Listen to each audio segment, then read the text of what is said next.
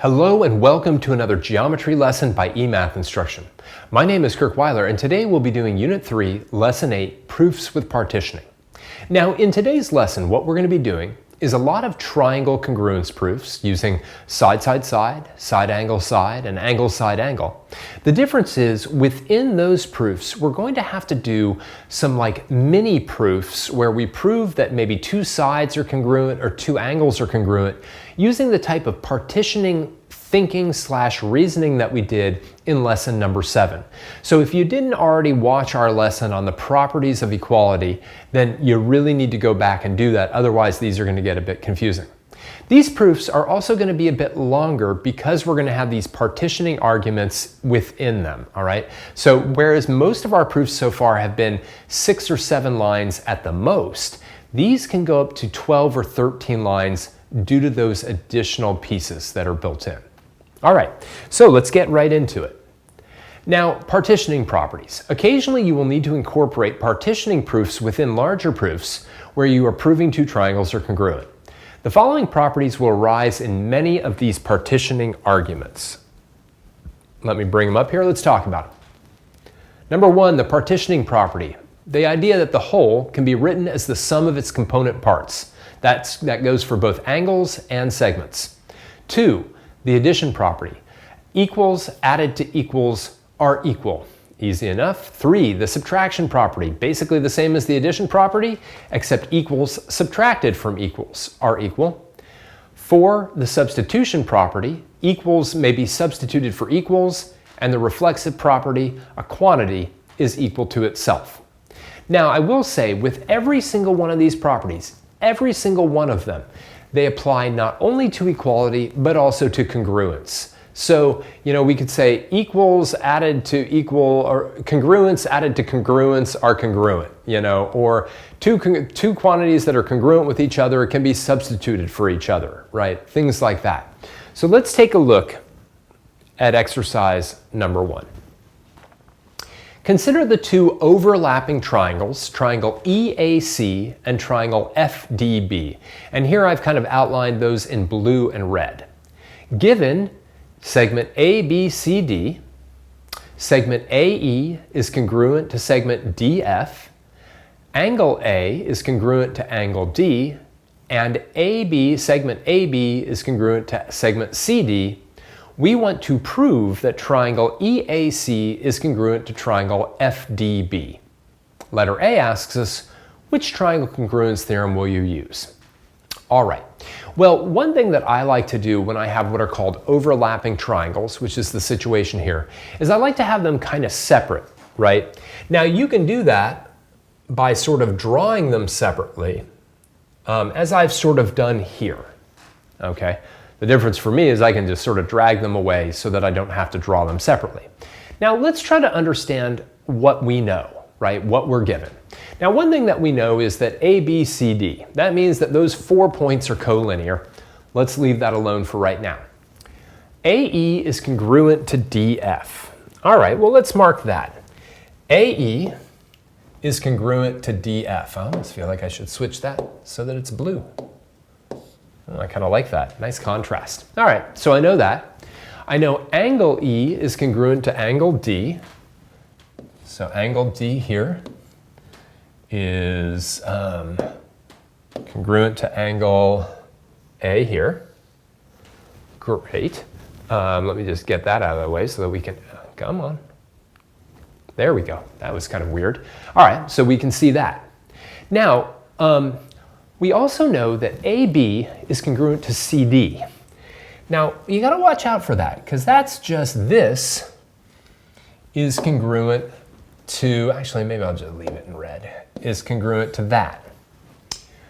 All right, now so far I don't have enough information to prove these two triangles are congruent. Remember, I've got side, side, side, angle, and side, angle, side. Now the way this is looking right now, I've got a side congruent to a side, an angle congruent to an angle, and then part of a side congruent to part of a side. Now keep in mind the other parts of each of those sides are segment BC, if you will, sort of the overlapping portion between the two. So I can use a partition proof by adding BC to both AB and CD to eventually get that AC, right, is congruent to BD, and then I will use the side angle side theorem to prove those two triangles are congruent. But letter B, what will you first need to prove before you can use the theorem in A? Well, what we'll first need to prove somewhere in our proof is that segment AC is congruent to segment BD, or AC is equal to BD, right? Either way, doesn't matter, okay? And we haven't done that yet. And in fact, if we go through this proof and we don't do that first and we use AB and CD as sort of one of our sides and side angle side, then there's a huge piece missing in our reasoning because those aren't sides of the triangle. They're portions of sides, but they're not the whole side. Okay, so letter C, do the full proof below. Let's take a look at it one more time and then we'll go through the proof.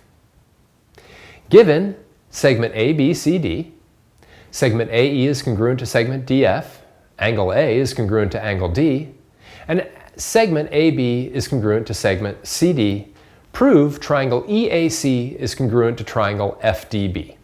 Now keep in mind, we have almost everything we need for side angle side except for the fact that AC is congruent to BD. So that's going to be the bulk of this proof.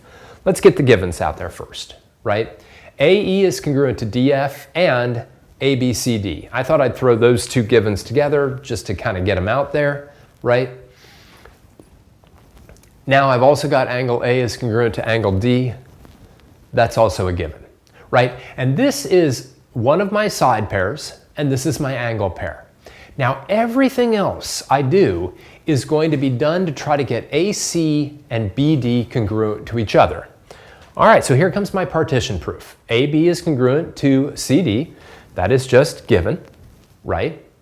Now, what do I need to add to both of those? Well, that's BC, right? I've got to add BC to AB in order to get AC, and I have to add BC to CD in order to get BD. So I write down BC is congruent to BC by the reflexive property. Let me just move this up a little bit so we can see it a bit better. All right, so now I'm going to add those two equations together, right? I'm going to add this equation and this equation. So AB plus BC is equal to CD plus BC. That's simple. It's just the addition property.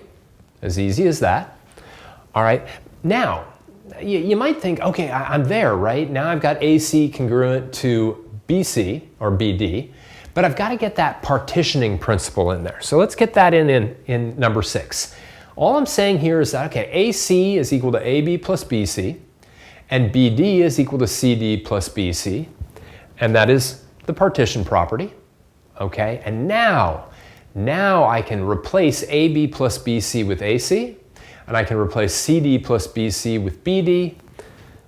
Whoop, I should do that here before I do the substitution property.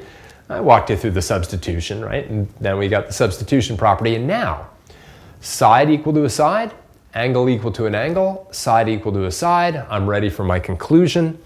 Triangle EAC is congruent to triangle FDB by the side angle side congruence property, right? And again, what's really kind of fascinating is that everything from here down to here, right, all of this is just a partitioning proof. All of that is there to simply get the fact that AC and BD are congruent to each other.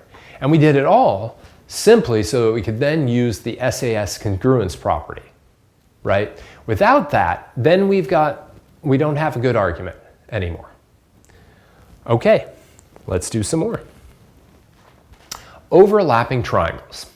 It is common that a partitioning proof comes up in situations where triangles overlap each other in a diagram, okay?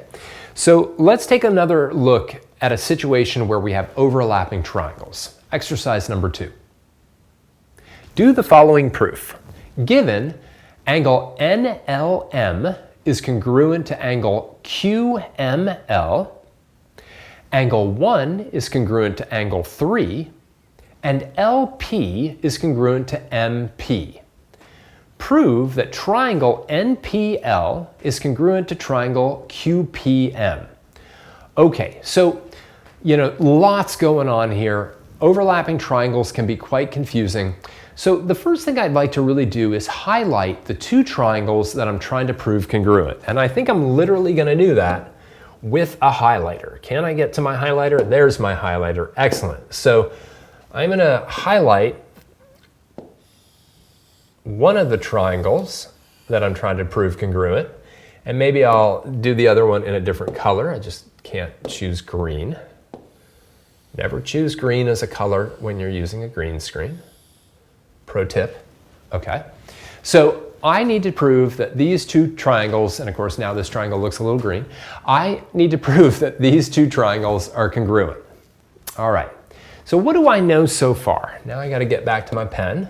All right. I know that NLM, which is this angle, is congruent to QML, which is this angle. And before even going on anywhere else, notice that the two angles that I just marked aren't even part of the two triangles that I'm trying to prove congruent. All right, so right away something weird is going on here. Now let's take a look at angle 1 congruent to angle 3. I think I'm going to mark that in a different color. Angle 1 is congruent to angle 3. Okay. And finally, LP is congruent to MP. So LP, which is right here, is congruent to MP, right there. All right, so let's take a look, right? I'm trying to prove this outline triangle is congruent to that outline triangle, and I don't have much yet. Right now, I basically have LP congruent to MP. That is the only part of those two triangles that are congruent. Now, I do know that I've got a pair of vertical angles right here that are congruent. So let me just mark those. So that's good. That gets me closer at least. Actually, maybe I should put 3 arc marks there. Yeah, that's good. All right, to distinguish from the 2 arc marks down there. So we're getting closer. Now I've got a side congruent to a side and an angle congruent to an angle. What I'd really love is angle 2 to be congruent to angle 4. If angle 2 is congruent to angle 4, well then I'd have angle side angle. But angle 2 will be congruent to angle 4, right? Because NLM is congruent to QML, right? Then I know 1 plus 2 is 3 plus 4. And because 1 is equal to 3, I'll be able to just subtract both 1 and 3 away from that, leaving me only angle 2 equal to angle 4, and now I'll have angle side angle, right? What I'd like you to do is pause the video right now and see if you can work through this proof, and then we'll go through it step by step.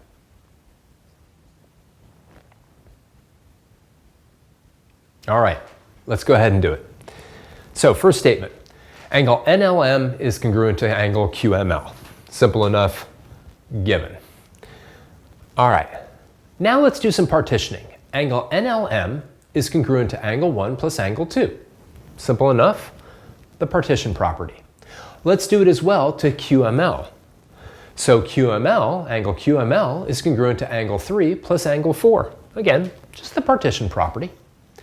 Now, since I've partitioned both of these here, I can use substitution to replace both of them with what they're equal to. Simple enough, angle 1 plus angle 2 is congruent to angle 3 plus angle 4. And that is, of course, just the substitution property. But keep in mind, because angle 1 is congruent to angle 3, I'll be able to subtract those from both sides, but not before I write this given down. Now, in many of the partitioning proofs so far, what we've subtracted from both sides has been literally either the same angle or the same segment through some reflexive property piece. Here, we don't need to do that. We're just going to state angle 1 is congruent to angle 3, and that's our given. And now I can subtract that from both sides to get myself angle 2 is congruent to angle 4. That's the subtraction property. But now take a look, right? I've got finally all of that. All of that was simply to get angle 2 congruent to angle 4. We haven't even written down this particular given, and we haven't even written down the fact that we've got vertical angles congruent. So let's get that going on. Let me move this up just a little bit. Right, now we've got LP is congruent to MP. That's just that given about the sides, right? We can now say angle NPL is congruent to angle QPM. Those are my two vertical angles here and here. And that's because vertical angles are congruent. Don't just say vertical angles, by the way. That's not a reason. That's just an object. You know what I mean? And finally, triangle NPL is congruent to triangle QPM, and that is by the angle-side angle congruence property, or theorem, or just ASA, right? Any of those are completely fine to say. All right, pause the video now and write down any of the steps that you need to, that you may have missed while I was going through the proof.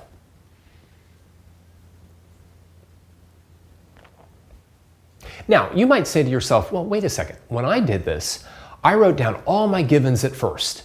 You know, so I didn't wait until here to write this down or to write this down. That's okay. That's all right. Where you write down your givens doesn't matter so much. Now, I really think writing this given down at this point makes sense because then you can directly see how you're subtracting it from this particular line.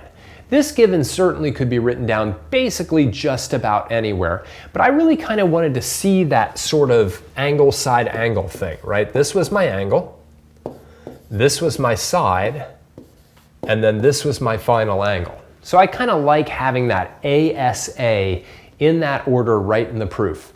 But there is no, kind of absolute rule that says you have to do that. Although some teachers are pickier than others and do want this kind of logic to be in this order.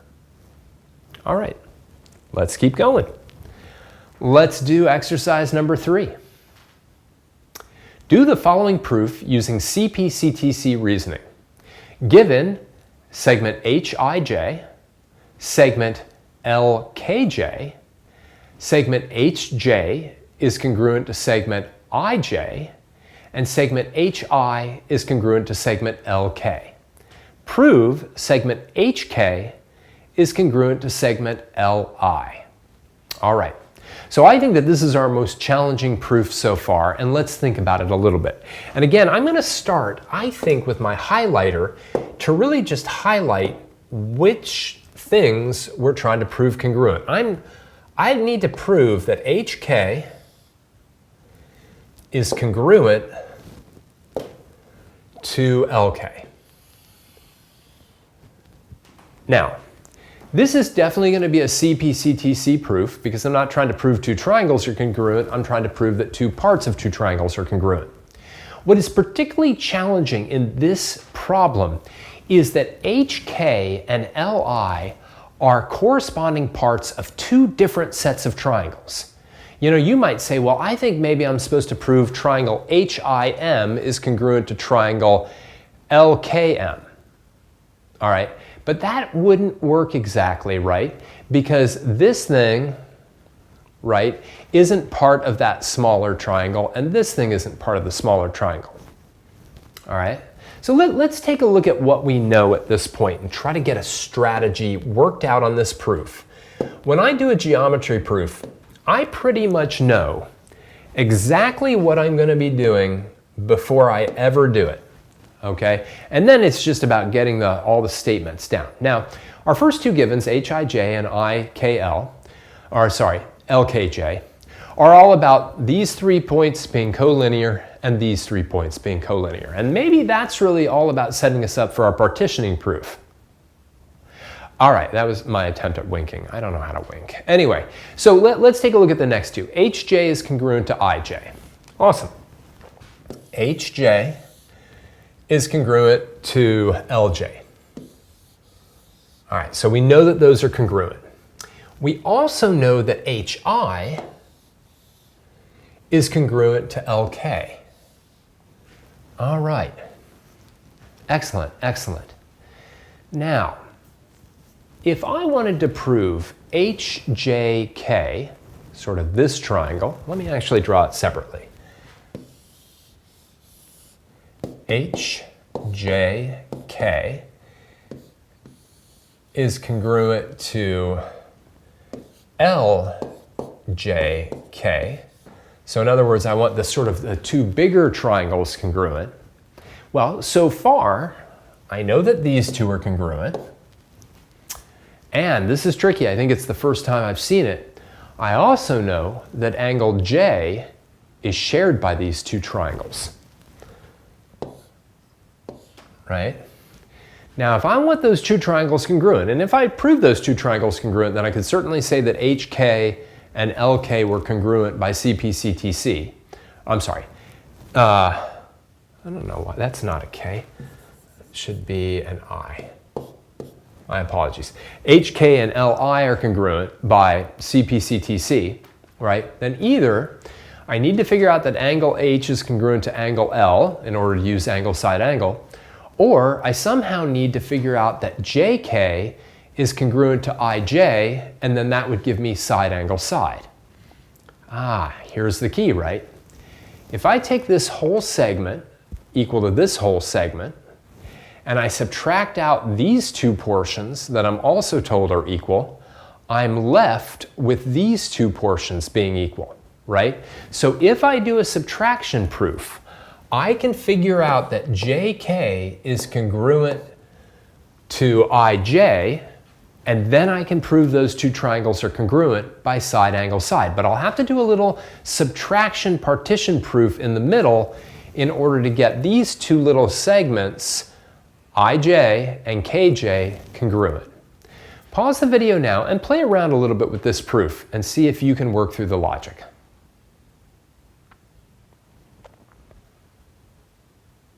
All right, let's do it. This is a pretty complicated proof. All right, so first, bunch of givens. HIJ, LKJ, and HJ is congruent to IJ. All right, so basically the first three givens, just getting them out there.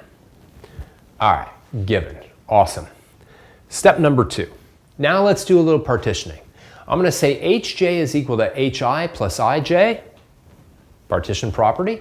Let's also do it for the other longer segment. LJ is congruent to JK plus LK. All right, so again, all I'm doing is taking these longer two sides, HJ and LJ, and dividing them up into their component parts, both of which I justify using the partition property. Let me move this up just a little bit.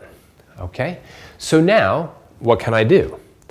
I can now set those two equal, right? Since HJ is congruent to LJ, right? I can take this and set it equal to this, right? By the substitution property.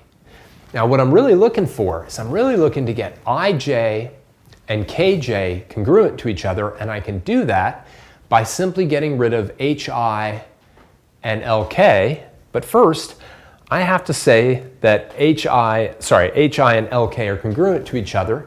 That's my last given. And I waited until this point to put it in there so that I can then subtract it away. But now, if I subtract HI and LK away, I'm left with what I want. IJ is congruent to JK. And let me just kind of erase these things so you're not staring at them. And of course that's going to take me forever because I have a small eraser, right? And that's the subtraction property. Okay, now keep in mind what I have, and this is kind of cool, right? This is actually this is my side, this is another side, and now I just need the angle in between them, but that's a shared angle. That's angle J, and it's a lot kind of, I think, harder to see a shared angle than a shared side. But that angle J is shared. All right, angle J is congruent to angle J. We can just use the single letter because there is no other angle J up here besides that one. That's the reflexive property, anytime something is congruent or equal to itself. And now I can say that triangle IJL, right, triangle IJL is congruent to triangle KJH by the side angle side congruence theorem. And finally, I can conclude what I need to conclude, which I'd like still up here. I can conclude that HK is congruent to LI by CPCTC. All right, pause the video now and write down any of this that you need to.